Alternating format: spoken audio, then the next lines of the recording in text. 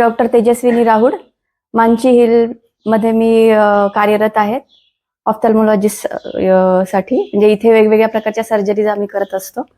याच्यामध्ये आम्ही मोतीबिंदू, जे गरजू लोक आहेत, ज्यांना दिसत नाही त्यांचे मोतीबिंदूचे ऑपरेशन्स, पडद्याचे ऑपरेशन्स किंवा पेशंट कितीही कॉम्प्लिकेटेड असू दे, इथे आम्ही सर्व प्रकारच्या सर्जरीज त्यांच्या करून त्यांना नवीन दृष्टी प्रदान करत असतो.